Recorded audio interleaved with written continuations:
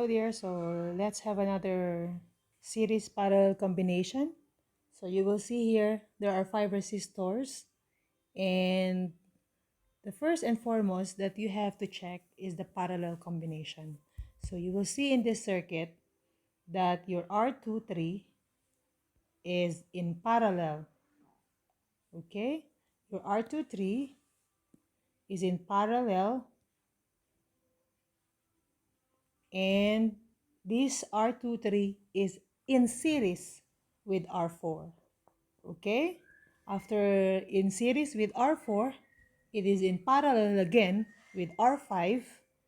Then after that, this combination will be in series with 8 ohms. So if we are going to simulate the flow of current, you will see here that this is your I total, and the same I total is the same current that flows in I1. Okay? And after that, it will flow here, and it will divide over here at your I2.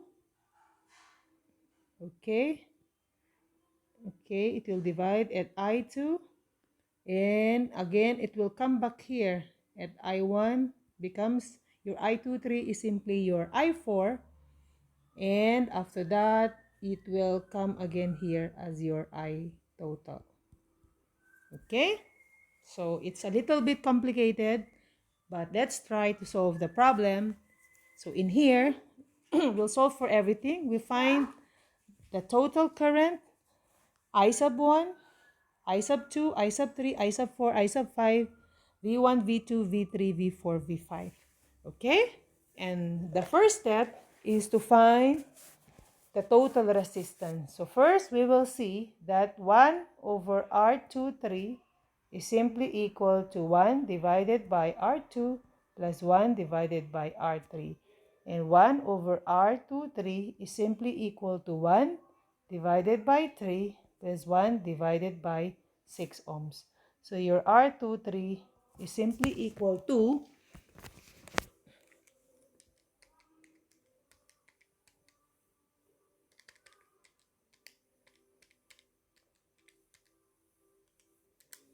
it's equal to 2 ohms. Okay? So let's try to redraw the circuit so that you will understand it. Okay, so you will see here that when we redraw it, this is now,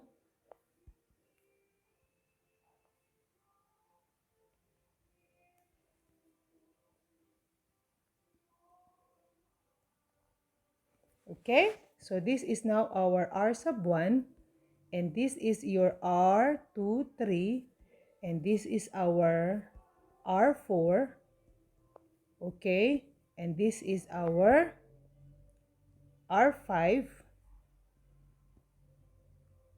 Okay, now you will see that the total combined resistors is now reduced to 4.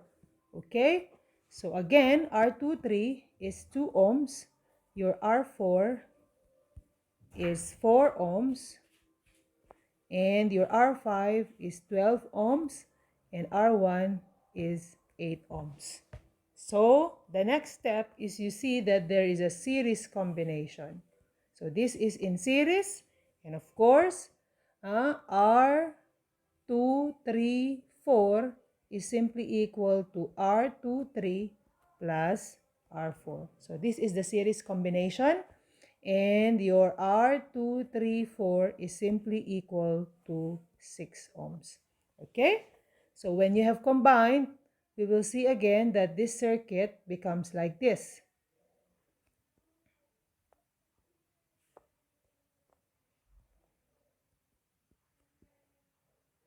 Okay, so this is now your combined R23 in a single resistor, which is simply equal to 6 ohms, and this is your R5, which is equal to 12 ohms, and this is your R1, which is equal to 8 ohms. Again, this one is parallel, okay, and your 1 over R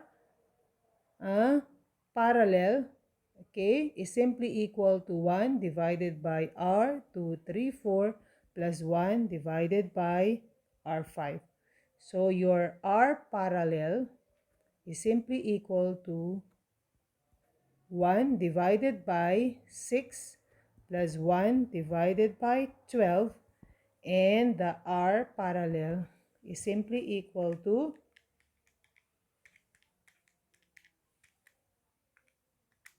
4. Okay? So again, when this parallel combination is combined in a single resistor, therefore our final circuit will now be equal to this. Okay, so this is plus, minus, this is your R1, and this is your R. We can say this is the parallel combined from this whole, okay, circuit here. So you will see that our R total is simply equal to R sub 1 plus R parallel. And your R total equals, your R1 here is 8 ohms and your R parallel here is 4 ohms. So the combined total resistance is equal to 12 ohms. Okay? Since R1 is 8 and R2, R parallel is 4 ohms. So our next step is to find I total. Your I total is V total divided by R total. And of course, our V total is equal to V total. Let's say our V total is 24 volts. Okay, here it is there. V total is 24. So 24 volts divided by R total, which is 12 ohms. Therefore, the current flowing is 2 amperes. So if you simulate our last combination, you will see that your I total is the same current that flows at I1 and the same for current that flows at I parallel. Okay, so I total equals your I1 and is equal to your I parallel, which is equal to 2 amperes. But if you notice, the I parallel here, we don't need. We need the individual currents across your I parallel. Okay? So you will see here that to solve for the V, okay, our V sub 1 is simply equal to I1 times R1. And I1 is 2 amperes times your R1 is 8 ohms. Therefore, our V1 is equal to 16 volts. So, in like manner, our V parallel is simply equal to I parallel times R parallel. And this is simply equal to 2 amperes times the parallel combination is 4 ohms. So you will see here that the total voltage is equal to 24 volts. Okay?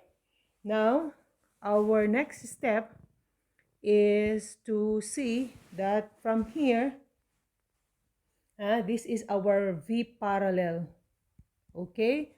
So that means the V parallel is simply equal to V at 5 equals V at 2, 3, 4. So the V parallel, so the V at 5 therefore is simply equal to 8 volts. Okay? So the I at 5, if we know already the V at 5, okay, that means we can now find for the current flowing at R5, okay, and that means that I5 equals V5 divided by R5.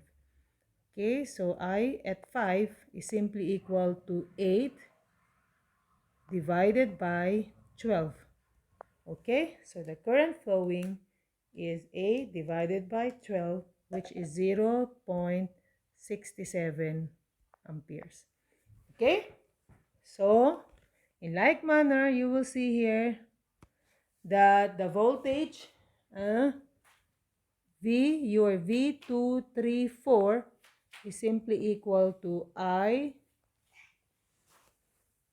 is equal to 8 volts.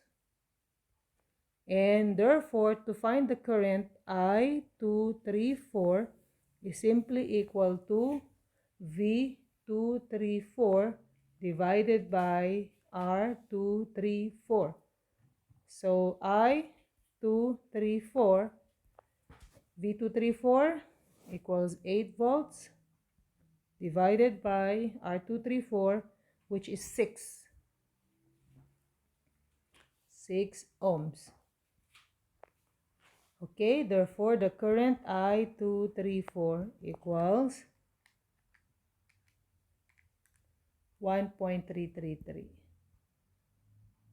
So if you notice that the current here is 2 amperes, then after that it will divide. This is 0.333 amperes and the current here is 1.333 amperes. Then it goes back again, it becomes a single current. Okay?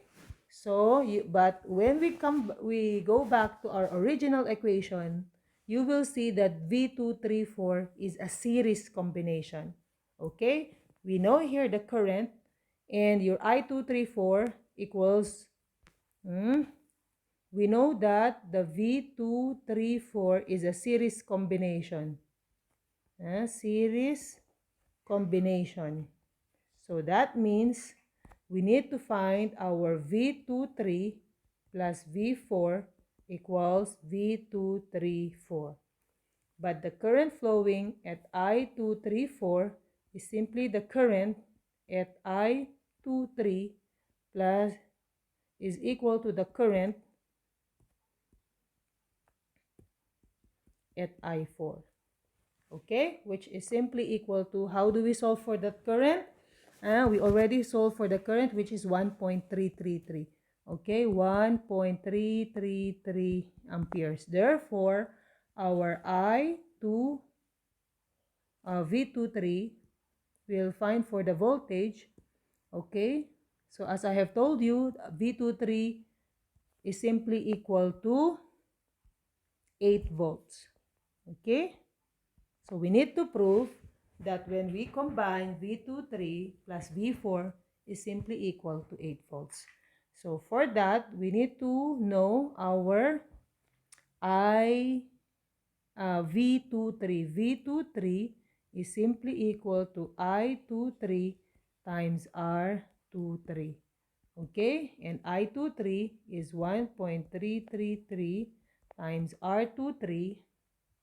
If we come back here, R23 is simply equal to 2 ohms. So from there, okay, so 2, and therefore our V23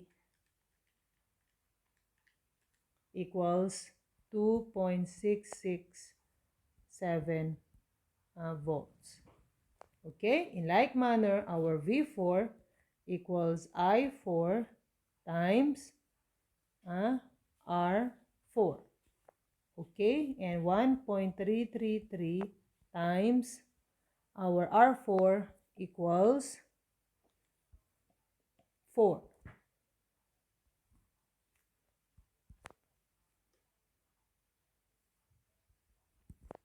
So your answer for 1.333 times 4 equals 5.332. Okay, so 5.332 volts. So if you see, when we add our V23 plus V4 equals 8, approximately equal to 8 volts. So 5.332 plus 2.667, so you get 7.999 volts. Okay, so it did not end up here. You see that our V23 is a parallel combination. So we go back to our circuit, okay, and you will see that the V23 is a parallel combination. So again, we need to find individual voltages and we need to find the current flowing at I2 and I3. Okay?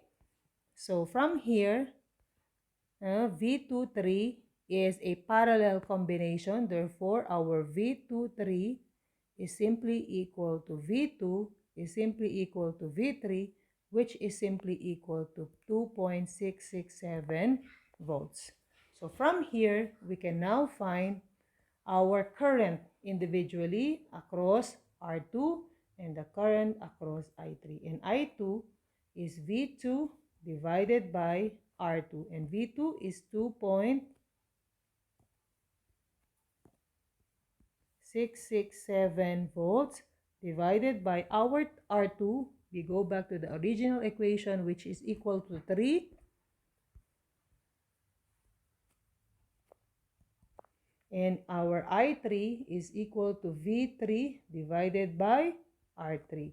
So this is 2.667.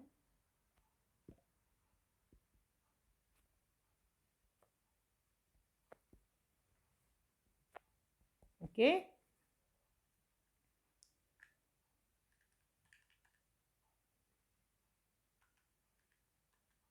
So you will see that the current here is 0.889 amperes and 0.4445 amperes. When we add them together, it's simply equal to your I23. Okay, and your I23 is simply equal to 1.33. So when we add this together, plus 0.889, your answer here is 1.333 amperes. So which coincides with our answer here. Okay, so that is how we solve for the individual voltage and current across each of these resistors.